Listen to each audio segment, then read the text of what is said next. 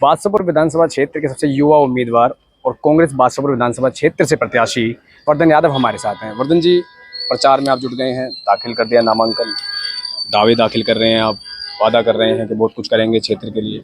इससे पहले जो नेता उन्होंने नहीं किया।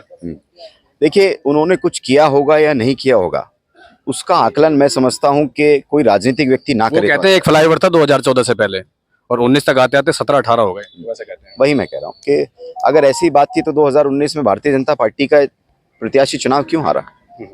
अगर इतने ही काम किए होते तो 75 पार का नारा 40 तक आके क्यों रुका? तो जनता आकलन करेगी उन्होंने कितने काम किए हैं, कितने काम नहीं किए। ये आकलन वर्धन यादव नहीं कर सकता।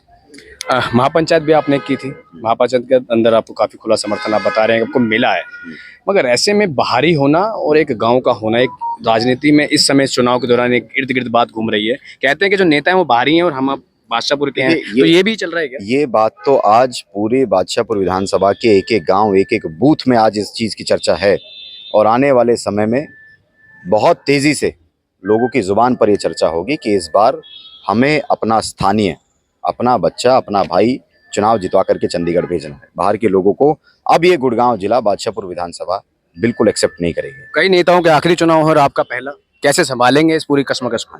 देखिए, जिनका आखिरी चुनाव है वो तो आखिरी चुनाव लड़ करके 5 साल नहीं दिखाई देंगे, लेकिन जिसका पहला चुनाव है वो अगले 40 साल तक बादशाहपुर विधानसभा जवाबदेही आपकी होगी, मतलब निश्चित मतलब 40 साल तक 100%। जहां तक परमात्मा ने जो जीवन दिया है, जितना भी जीवन दिया है, अपनी जनता के लिए समर्पित भाव से काम करेंगे। ठीक है, धन्यवाद।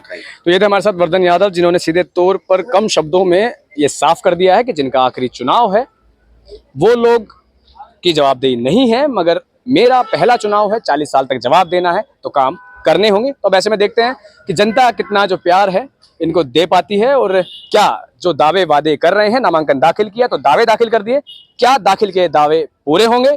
क्या वर्धन यादव उस तरीके से बहुमत, मतदाताओं का बहुमत जुटा पाएंगे जितना ये उम्मीद कर रहे हैं? धन्यवाद।